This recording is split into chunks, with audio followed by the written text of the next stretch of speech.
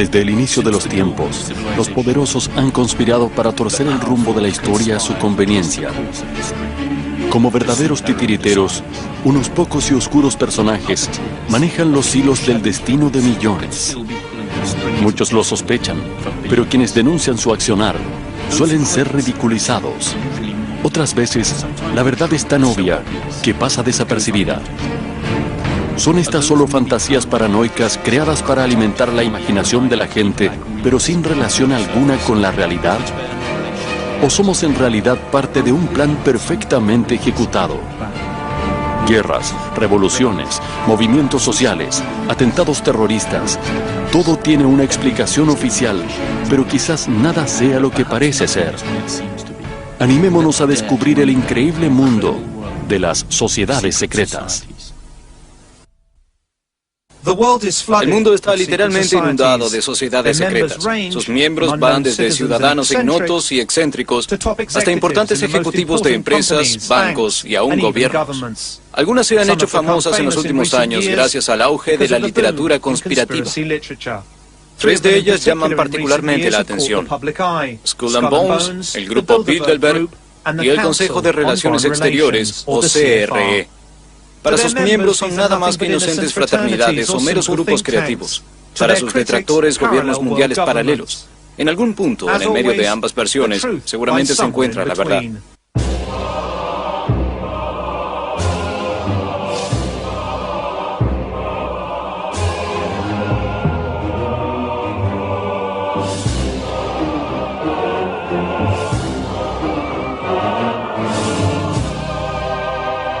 Las sociedades secretas.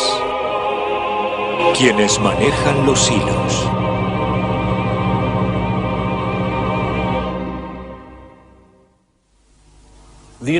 Estados Unidos es el país más poderoso del mundo, la única superpotencia sobreviviente que dicta la agenda mundial. Paradójicamente, el sistema político del campeón de la democracia fue construido sobre pactos secretos, fraternidades y sociedades de las que poco o nada se sabe. Las sociedades secretas tuvieron activa participación en la construcción de los sistemas de gobierno de los Estados Unidos. La francmasonería, por ejemplo, dejó su huella en la Declaración de la Independencia, Constitución y en docenas de símbolos patrios, desde el gran sello de los Estados Unidos hasta su moneda nacional. La pasión norteamericana por reunirse en grupos de afinidad y cultivar rituales y secretos también tuvo eco en las universidades donde se desarrolló el sistema de fraternidades. Las fraternidades universitarias, o frats, como se las llama coloquialmente, son sociedades declaradamente académicas y filantrópicas, pero con códigos de secretismo y ritos de iniciación, muy parecidos a los de la francmasonería y otras sociedades secretas. Las primeras fraternidades de las que se tiene registro fueron el Flat Hat Club y la Phi Beta Kappa en Yale.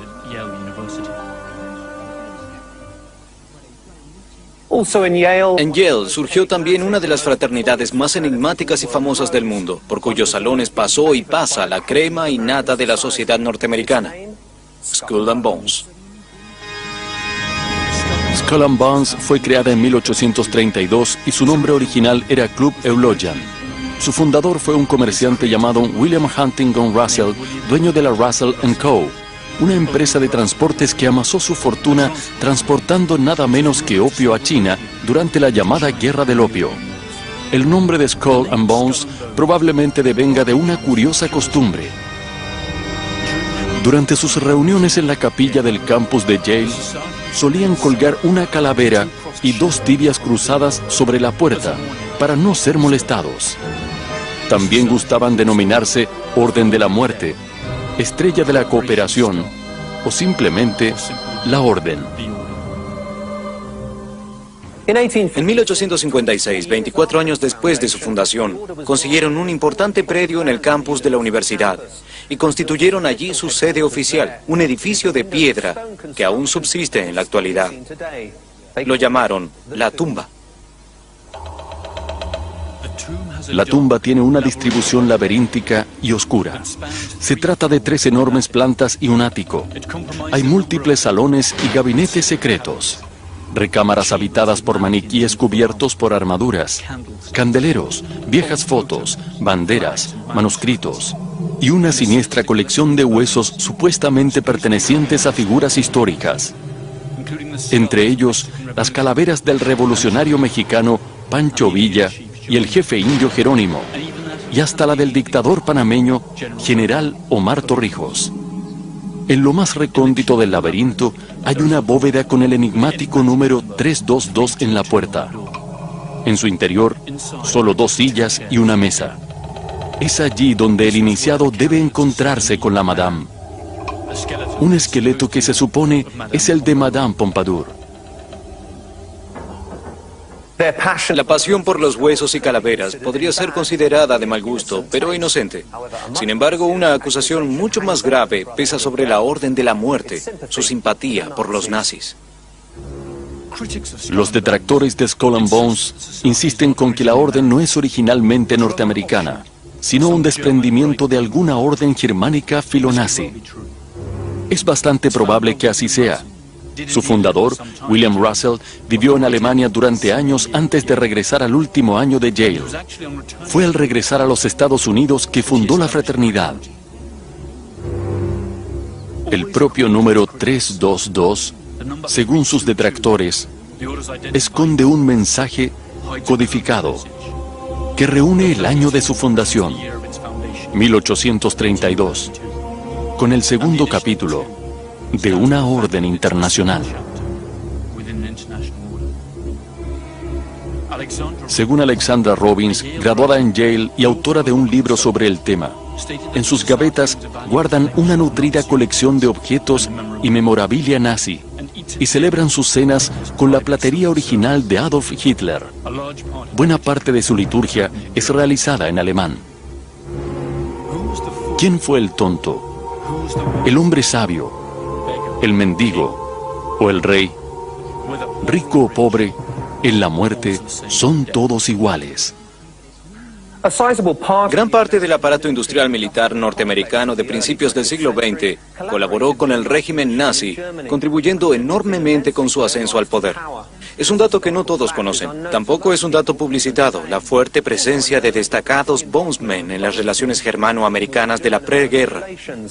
Pero la historia siempre queda registrada y el pasado vuelve para perseguirnos. En 1930, Prescott Sheldon Bush, padre de George H. y abuelo de George W. Bush, miembro de la orden Skull and Bones desde 1917 y presidente de la Union Banking Corporation, realizó beneficiosos negocios con Fritz Thyssen, el magnate del acero alemán y proveedor principal de la maquinaria de guerra de Hitler. La VC fue cerrada por el presidente Truman durante la Segunda Guerra Mundial, amparado en la ley de comercio con el enemigo. En otras palabras, por hacer negocios con los nazis. Varios otros directores de Union Banking Corporation en New York eran Bonesmen de la camada 1917, al igual que Bush, Roland Harriman y Ellery Sedgwick James. En 1938, Prescott Bush, entonces socio ejecutivo de Brown Brothers Harriman, concedió un préstamo a la Alemania de Hitler para importar combustible de la Standard Oil. En 1941, el mismo año en que Estados Unidos entró en guerra contra el Tercer Reich, la Standard Oil de la familia Rockefeller, varios de ellos, Skull and Bones, tenían 6 buques petroleros con bandera panameña y tripulación alemana transportando combustibles desde sus refinerías en Estados Unidos hasta las Islas Canarias, donde se abastecían los submarinos alemanes. Mientras tanto, los primeros soldados americanos comenzaban a morir en los campos de batalla europeos. El investigador Anthony Sutton afirma que Skull and Bones no es en absoluto una sociedad americana, sino una rama de una sociedad secreta extranjera. Presumiblemente, esta es una de las razones por las que el secretismo es tan vital. Sin embargo, la lista de sus miembros es un verdadero quién es quién de la alta sociedad americana. Muchos de ellos, personalidades influyentes, baluartes del modo de vida americano. Pertenecer a Skull and Bones tiene ciertamente sus privilegios. Por lo menos 3 presidentes norteamericanos fueron o son Bonesmen: G.W. Bush, su padre George H. Bush y William Taft. Y los rumores de que este pequeño club de ricos maneja los hilos del poder americano y por ende mundial, poniendo a sus cofrades en puestos claves de poder, encontró sustento en un detalle no menor. En las elecciones de 2004 sucedió lo inimaginable. Tanto el candidato republicano G.W. Bush como su rival demócrata John Kerry eran ambos miembros de Skull and Bones. Es decir, previo a competir en representación de partidos que en teoría representaban visiones políticas distintas, juraron fidelidad a los mismos principios misteriosos. La pregunta del millón para los ciudadanos norteamericanos y para el mundo todo es: ¿ponen los Bonesmen sus fidelidades fraternales por encima de sus responsabilidades cívicas? Como lo demuestra el renombrado caso del BCCI, la respuesta es un rotundo sí. A fines de los 80 se desató el escándalo del Banco de Comercio y Crédito Internacional. El BCCI fue acusado de lavar dinero de narcotráfico y financiar operaciones terroristas. El escándalo salpicaba al gobierno de los Estados Unidos, ya que el banco operaba libremente en dicho país y además contribuía regularmente con las campañas políticas. La administración del Bonesman George H. Bush bloqueó la investigación, que de todas formas recayó sobre una comisión del Senado, dirigida por el Bonesman John Kerry. El BCCI fue absorbido por bancos más reputables y nunca más se volvió a hablar del tema. ¿A quién responde Skull and Bones? ¿Hasta qué punto pueden presionar los Bonesmen sobre las decisiones de otros miembros? Tal vez asomándonos a sus rituales de iniciación, podremos vislumbrar qué poder tiene la sociedad sobre sus cofrades, ya sean hombres de negocios, intelectuales o políticos, y aventurar cómo lo utiliza cuando así se requiere. Cada año son admitidos solo 15 estudiantes del último año de la Universidad de Yale. Los aspirantes deben ser propuestos por los seniors de la promoción anterior, entre aquellos que podrían incrementar el prestigio y poder de la sociedad. Bastan solo 2 votos en contra para que alguien sea rechazado.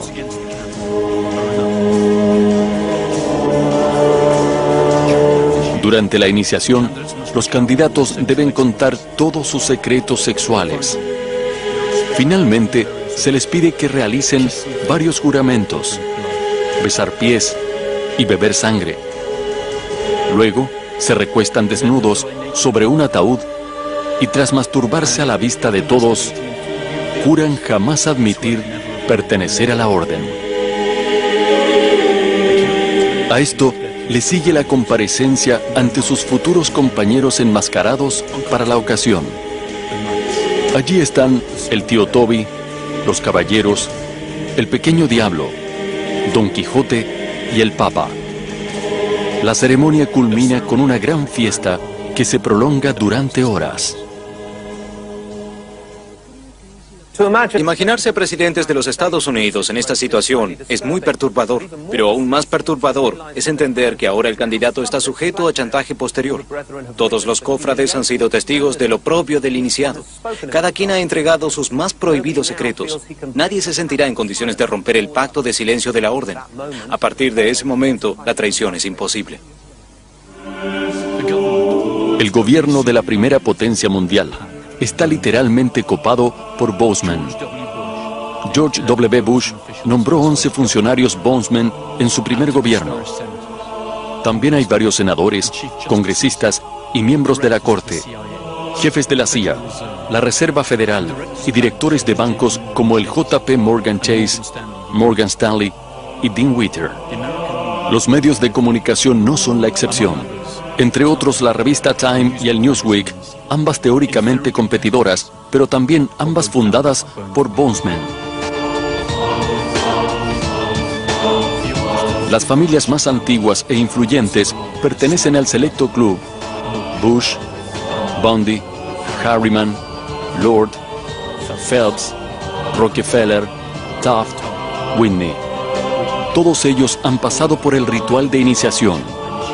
Todos han contado sus peores secretos y han sido humillados ritualmente frente a sus pares, y todos deben lealtad a su orden.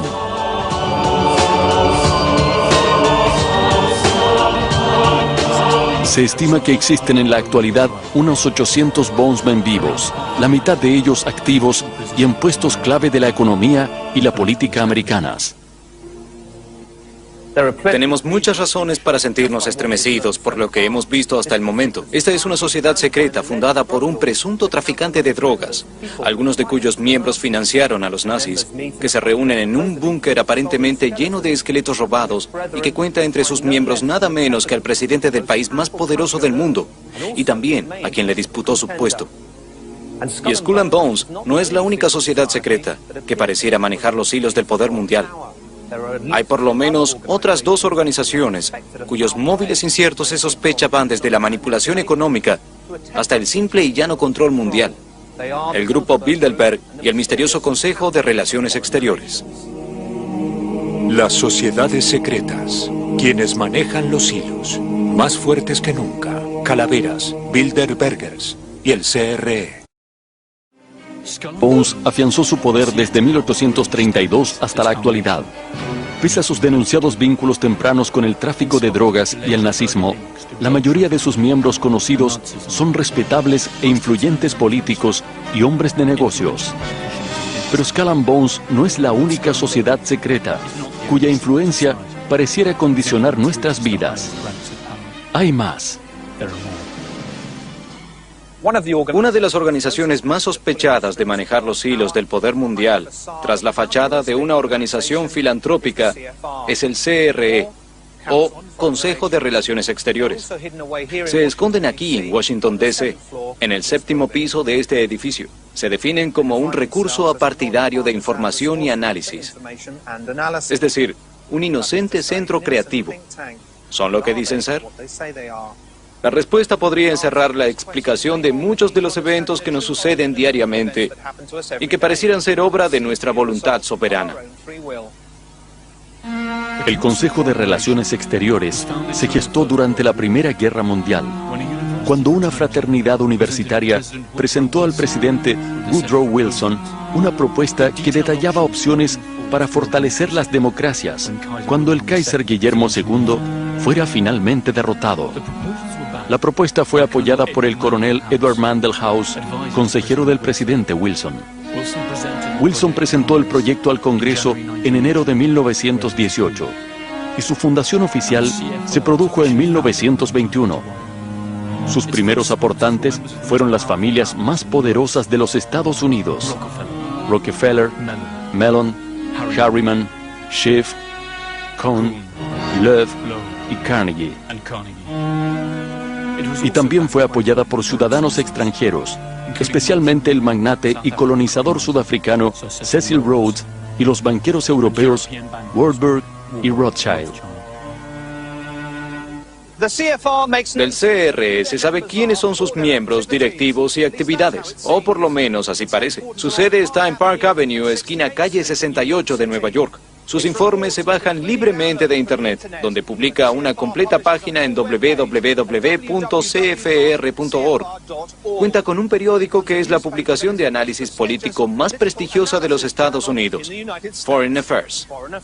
En apariencia no tienen nada que ocultar. Sin embargo, sus detractores proclaman que todo eso no es más que una fachada, que se trata lisa y llanamente de una peligrosa organización abocada a lograr un completo dominio mundial a través de la economía y las finanzas.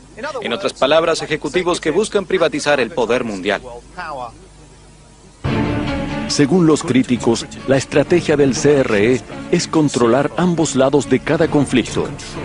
Sus fines últimos serían la creación de un gobierno mundial privado, manejando a los países cual corporaciones. Para lograr su objetivo, el CRE debería primero erosionar sistemáticamente las estructuras de todos los estados soberanos. Luego, propiciar la estandarización sociocultural y finalmente imponer un sistema financiero globalizado bajo su control. Todo esto se completaría con la organización de un sistema de guerra global que mantenga unidas a las masas mediante la creación de un enemigo común, real o imaginario. Cualquier coincidencia con la realidad tal vez sea pura casualidad. Pero ¿puede una organización, por más que se lo proponga, doblegar al mundo entero? Si así fuera, ¿cuánto poder debería reunir? Para ser admitido entre los selectos 4.200 miembros que tiene actualmente el CRE, es condición indispensable ser americano o estar a punto de obtener la ciudadanía. Son bien recibidos los altos directivos de instituciones financieras, grandes industriales y medios de comunicación social, investigadores y académicos, altos oficiales militares, políticos, funcionarios públicos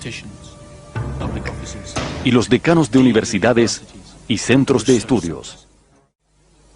Sus análisis identifican amenazas, oportunidades, fuerzas y debilidades, para luego brindar planificaciones estratégicas, tácticas y operativas en todos los ámbitos de interés para los Estados Unidos. La pregunta ¿es esto para bien o para mal? La lista de sus miembros más notables haría el festín de cualquier conspirativista.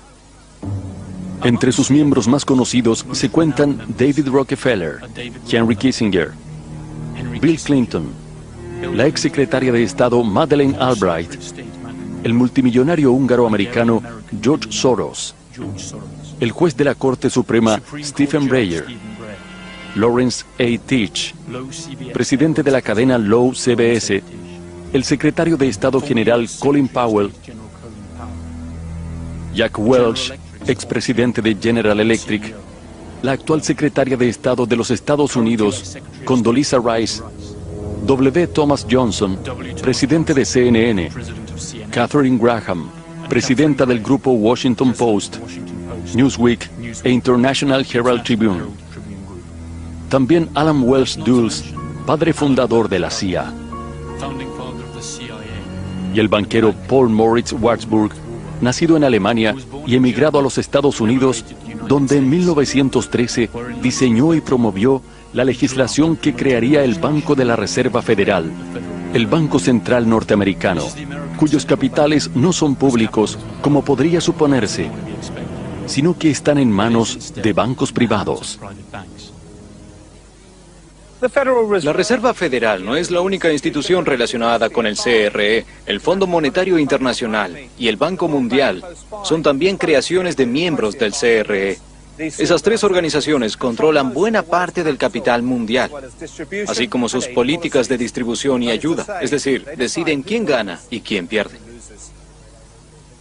Tanto el FMI como el Banco Mundial han sido muy cuestionados durante muchos años por sus pésimos manejos de las crisis mundiales, donde en lugar de obrar como prestamistas de última instancia, tal como sus estatutos lo ordenan, se dedicaron a dictar las políticas macroeconómicas de los países más endeudados, ahogándolos con mayores deudas y con resultados catastróficos para países como Brasil, Argentina, Turquía y México.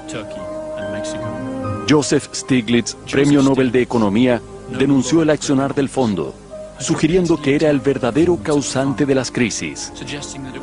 No se trata de una versión desinformada. El propio Stiglitz fue economista en jefe y vicepresidente senior del Banco Mundial entre 1997 y 2000. En otras palabras, alguien de adentro.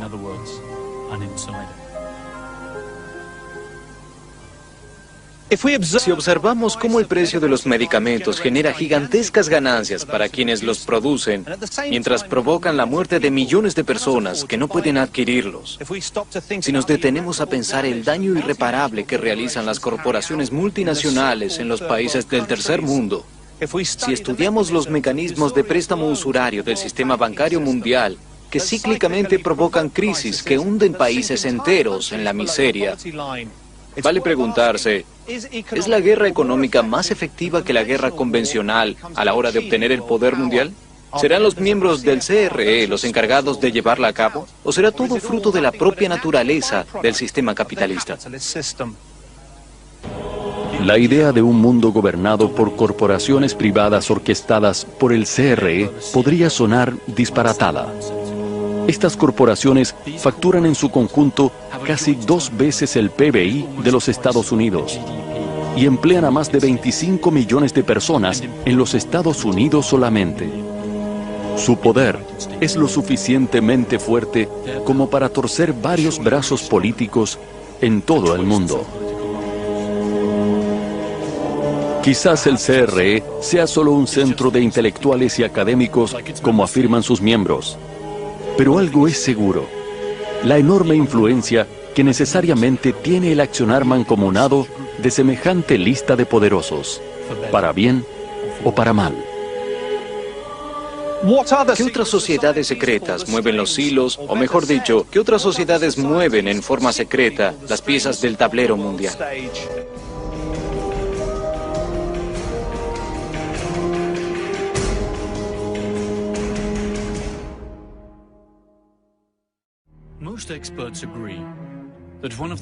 Es que tienen un basamento ya no ideológico, sino puramente económico. En la práctica, esto significa que utilizan su influencia dentro del mundo corporativo para poner a países enteros al servicio de sus intereses.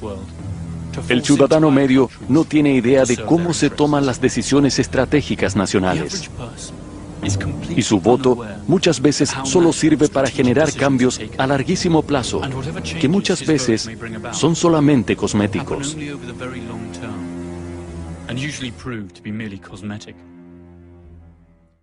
Si una sociedad secreta reúne todas las características para que sus verdaderas intenciones sean sospechadas, ella es el grupo Bilderberg, seguramente el club más exclusivo del mundo y tal vez la organización que realmente controla el mundo.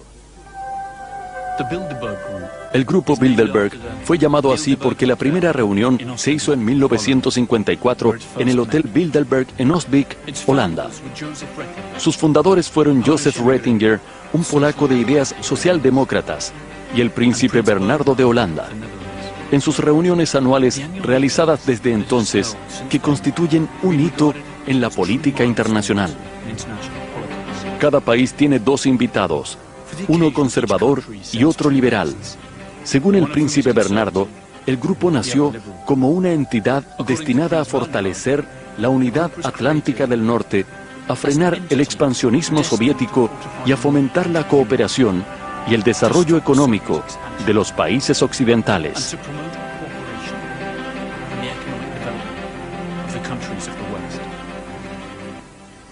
A veces, para conocer mejor a las organizaciones, debemos saber más acerca de las personas que trabajan en ella. Hay 2 datos interesantes sobre la integridad del fundador de los Bilderberg. Primero, Bernardo de Holanda de joven militó en las SS de Hitler. Segundo, tuvo que dejar de presidir las reuniones de 1976, cuando se vio involucrado en el escándalo de los sobornos que la fabricante de armas y aviones Lockheed protagonizó cuando sobornó a funcionarios italianos, holandeses y japoneses. Los antecedentes nazis de Bernardo no impidieron que el grupo Bilderberg fuera apoyado por los socialdemócratas, ni por el Banco Rothschild y los Rockefeller, ambos de origen judío. Otros patrocinadores de la primera hora fueron los Wallenberg, dueños de Electrolux y Ericsson en Suecia. Todos ellos participan activamente de las reuniones anuales del grupo, directamente o a través de sus representantes. Lo único que esto confirma es que a la hora de tomar decisiones que afectan al mundo, las ideologías quedan a un lado. Después de todo, los negocios son los negocios. El lugar de reunión, la agenda y los participantes no son secretos, pero sí lo son los tópicos discutidos, ya que la reunión es a puertas cerradas y sus detalles no se publicitan. La conferencia se desarrolla un fin de semana de mayo y dura 3 días, coincidentemente poco antes de la reunión anual del G8. Una caravana de limusinas negras deposita a los invitados en un lujoso hotel o palacio fuertemente custodiado por la policía y los servicios secretos de los países invitados. Entre sus invitados hay financistas, capitanes de la industria, dueños de medios, políticos y gobernantes de Europa y América del Norte. Al observar estas reuniones podemos tener una noción de cómo serán las naciones del futuro. Grupos de poder económico que concentran los medios de producción y el capital en un planeta superpoblado, enfermo de pobreza y con los recursos naturales amenazados. Fueron o son participantes del grupo Bilderberg los presidentes de France Telecom, Coca-Cola, Danone, Heineken, JP Morgan Chase, altos funcionarios de los gobiernos de Estados Unidos e Inglaterra, ministros y primeros ministros europeos y los editores de los diarios El País, La República, Le Figaro, The New York Times, The Site y Wall Street Journal, entre otros. ¿Qué tenemos que pensar cuando una reunión estratégica tiene como participantes a los dueños de los principales medios y sin embargo su temario sigue siendo un secreto? ¿Cuál es la lealtad que deben dichos medios a sus lectores y cuál a esta sociedad secreta de poderosos? La principal teoría conspirativa sobre el grupo Bilderberg sostiene que constituye en realidad un laboratorio de ensayo para las decisiones que los países y corporaciones poderosas tomarán después. Según esta teoría, los invitados exponen sus puntos de vista a las propuestas de los más poderosos. Así, es posible prever cómo reaccionarán en la vida real y adaptar los cursos de acción correspondientes. En defensa del grupo, su último organizador, el vizconde Etienne d'Avignon, ha sido claro al respecto. No pienso que seamos una clase gobernante mundial, porque no creo que exista una clase gobernante mundial. Simplemente somos personas influyentes e interesadas en hablar con otras personas que tienen influencia. Y agregó, cuando nos acusan de ser el gobierno secreto del mundo, les digo que si fuéramos el gobierno secreto mundial, deberíamos estar muy avergonzados. La agenda Bilderberg, según sus propias declaraciones de prensa, no es otra cosa que la agenda mundial. Si sus miembros pueden posteriormente imponerla o no, sigue siendo materia de especulación. Los ítems en la agenda Bilderberg suelen ser siempre los mismos. Revisión de los acontecimientos mundiales, discusiones acerca de la seguridad en Occidente, debate de los mecanismos políticos y económicos en los países desarrollados, así como discusiones sobre energía nuclear y biotecnología. Otros famosos asistentes a las reuniones del grupo incluyen a Giovanni Agnelli, presidente de la automotriz italiana Fiat, y Henry Kissinger. Bill Clinton, Tony Blair y Angela Merkel lo hicieron antes de llegar al gobierno, al igual que el secretario Kofi Annan, ex secretario general de la ONU. Annan era el esposo de la sobrina de Raoul Wallenberg, el patriarca de la rica familia sueca que apoyó al grupo desde sus inicios. También participaron Henry Ford II, George Pompidou, Helmut Schmidt y el barón Edmund de Rothschild, además del padre de la bomba atómica en Estados Unidos, J. Robert Oppenheimer. Le siguen Donald Rumsfeld, Alan Greenspan, George Soros, David Rockefeller, la reina Beatriz de Holanda y el senador estadounidense y ex candidato presidencial John Kerry. La lista, aunque incompleta, concentra la mayor cantidad de poder económico y político que jamás haya existido en una organización. Curiosamente, no existen Bilderbergs arrepentidos. Nadie jamás ha roto el silencio y sus declaraciones públicas solo suceden muchos años después de las reuniones del grupo, cuando ya es tarde para cambiar los eventos de la historia. Para muchos, estas declaraciones escuetas son la prueba fehaciente de que todas las sospechas que recaen sobre el grupo son terriblemente ciertas. Años después de participar en una reunión, George McGee, ex embajador de Estados Unidos en Alemania, dijo que el Tratado de Roma que creó al mercado común europeo nació en las reuniones de Bilderberg. Jack Shakeman, presidente de la Amalgamated Bank y también miembro de Bilderberg, dijo en 1996 que la idea de una moneda común europea se discutió muchos años antes que se hiciera realidad. También tuvimos una discusión acerca de los Estados Unidos, restableciendo relaciones diplomáticas con China antes que el presidente Nixon lo hiciera. Uno quisiera saberse a salvo del virus conspiracionista, pero es nada más y nada menos que David Rockefeller, a quien hemos visto en las nóminas de los Skull and Bones, CRE y el grupo Bilderberg, quien ha declarado una cita que quedará en los anales de la historia como la confesión más brutal jamás oída. Algo debe reemplazar a los gobiernos, y el poder privado me parece la entidad adecuada para hacerlo. Las secretas controlan o no al mundo es materia de discusión. Lo que resulta a todas luces indiscutible es que la gente más poderosa del mundo suele tener la costumbre de pertenecer a una u otra sociedad secreta. En la actualidad, son 3 las sociedades que aparentan mover los hilos del poder mundial desde las sombras: Skull and Bones, el Consejo de Relaciones Exteriores y el grupo Bilderberg. Según sus detractores, no son 3 organizaciones separadas, sino las 3 cabezas de un mismo monstruo que pretende la dominación mundial a través del control del trabajo, capital y tierra. Pero existe una cuarta organización que los conspirativistas no dejan de atacar. A diferencia de las anteriores, su agenda es pública y nada sucede a puertas cerradas. Sin embargo, eso no parecería detener las acusaciones que recaen sobre ella. Se trata de la Comisión Trilateral. En 1973, David Rockefeller, también miembro del CRE, propuso incluir a Japón en el grupo Bilderberg, pero fue rechazado. Creó entonces la Comisión Trilateral, consistente en reuniones anuales privadas de unas 350 personas, empresarios y directivos de grandes corporaciones, dueños de medios, políticos y ONGs, pero esta vez incluyendo al Japón. La idea era generar un triálogo entre Asia, América y Europa.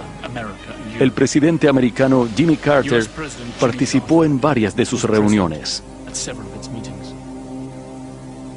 Pero la trilateral no solo concentra denuncias de autores sensacionalistas. Una de las acusaciones más duras surgió de boca de Barry Goldwater, ex senador y candidato a presidente de Estados Unidos, quien la describió con palabras que harían sonrojar hasta al más paranoico. Lo que la trilateral se propone es la creación de un poder económico mundial superior al gobierno político de las naciones Estado involucradas. Como ejecutivos y creadores del sistema, ellos gobernarán al mundo. En los 80 no fue la izquierda sino la derecha norteamericana quien volvió a golpear. La reaccionaria Legión Americana, los veteranos de guerras extranjeras y la ultraconservadora Sociedad John Birch denunciaron a la Comisión Trilateral y pretendieron que el Congreso iniciara una investigación, pero su reclamo murió sepultado por la burocracia. Durante la campaña electoral de 1980, Reagan atacó a Jimmy Carter diciendo que había 19 trilateralistas, incluido el mismo Carter, en el gobierno. Luego, prometió que si resultaba electo, no pararía hasta descubrir todos los secretos de la Comisión Trilateral. Pero cuando llegó a la presidencia, el propio Reagan incluyó a 28 miembros del CRE, 10 Bilderbergers y al menos 10 trilateralistas. Su vicepresidente no era otro que el trilateralista George H. Bush. Y aquí es donde se abre una de las mayores incógnitas en el tema de las sociedades secretas, porque los mismos apellidos aparecen en forma recurrente. Conservadores y liberales, demócratas y republicanos, filonazis con socialdemócratas, todos conviven bajo un mismo techo en pos de un objetivo común. Aunque aparentemente tienen visiones radicalmente opuestas, en la realidad comparten intereses comunes. La única explicación posible para todo es que realmente existe un establishment dentro del establishment. ¿Acaso el presidente George H. Bush se refería a eso cuando tras la Primera Guerra del Golfo en 1991 habló de un nuevo orden mundial? Lo que está en juego es más que un pequeño país. Es una gran idea, un nuevo orden mundial, en el que naciones diversas se unen bajo una causa común para alcanzar los objetivos mundiales de la humanidad. Son demasiadas casualidades para pasar por alto, demasiados indicios de que algo anda horriblemente mal. Después de todo, si nosotros mismos tuviéramos poder, dinero y acceso a información reservada, ¿quién dice que no la utilizaríamos en nuestro propio beneficio? Si seguimos la trama de la historia desde la Revolución Industrial, veremos que existe un encadenamiento de eventos altamente sugestivo, que parece probar la teoría de las conspiraciones, o al menos proveer sólidos argumentos a su favor. Primero, la creciente concentración de capital y recursos en pocas manos privadas como bancos y gigantescas corporaciones multinacionales. Corporaciones que tienen un capital equivalente al PBI de países enteros y cuya propia supervivencia requiere de aumentar año a año sus ganancias a costa de lo que sea. Segundo, la creación de órganos públicos multilaterales de control, que en realidad están compuestos por la suma de intereses privados, como la propia Reserva Federal de los Estados Unidos, el Banco Mundial y el FMI. Tercero, el innegable avance de la privatización, la apropiación privada de los recursos naturales, de la infraestructura de comunicación, de la industria pesada y la defensa, la salud y los sistemas bancarios, alejándolos de las manos del pueblo y entregándolos a las ambiciones garras de las corporaciones privadas. Cuarto, el fenómeno de globalización financiera y cultural, que en realidad no es más que la imposición de la cultura y el capital central sobre los países periféricos. Quinto, la generación de conflictos mundiales y enemigos estereotipados que manipulan la opinión pública y terminan destruyendo cualquier posibilidad de debate u oposición, derivando en la pérdida real y concreta de muchos de los derechos democráticos más elementales. La Ley Patriótica de los Estados Unidos de 2001 es un buen ejemplo de ello. Cuando cunde el pánico, la gente parece aceptar de buen gusto el mayor control. Y finalmente, el detalle más sugestivo de todos, que todos los principales protagonistas de estos eventos, quienes realmente ostentan el poder económico y político de Occidente, sea por vía del capital, de las armas o de los votos, curiosamente se agrupan en unas pocas sociedades que debaten a puertas cerradas.